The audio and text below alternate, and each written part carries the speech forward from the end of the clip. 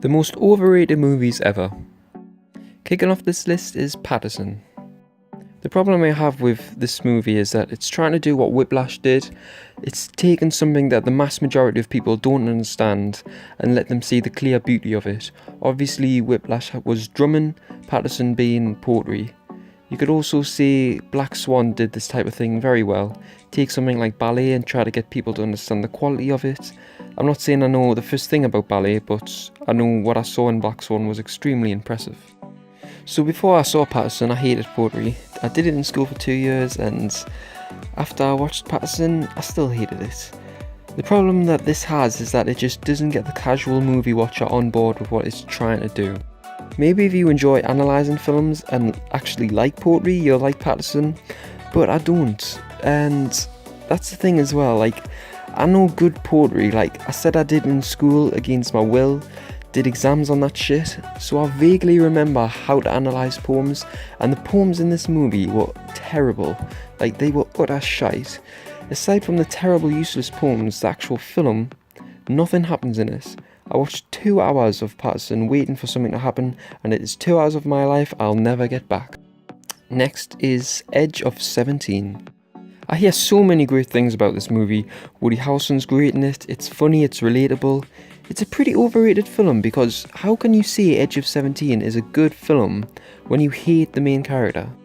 First off, I want to just get out the way that the main character in this movie, the actress who plays her, is really good and she is going places.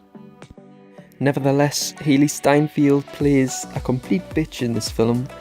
When was the last film you watched when you really enjoyed it and you hated the main character at the same time? It just doesn't happen. When you have that type of scenario where the main character is the one carrying the story and also the narrator in this instance, and you dislike her, it's quite hard to enjoy the film. The reason I find her unbearable is because all she does is complain about how unpopular she is and that she has no friends, all at the same time doing absolutely nothing about it. She really was a drama queen and also an attention seeker that I did not find relatable at all.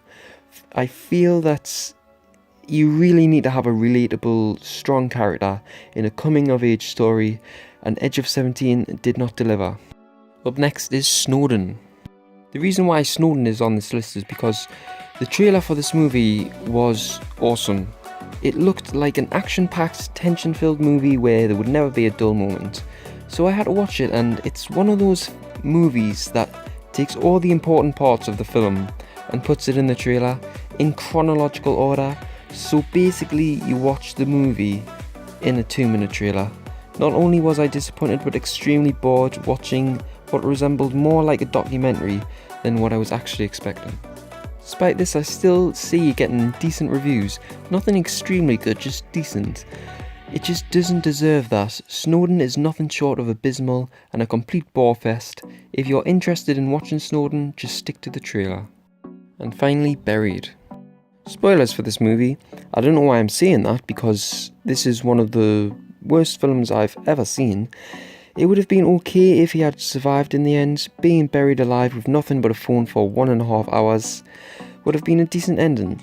But he just died, which makes for one of the most pointless endeavours I have ever seen in a movie.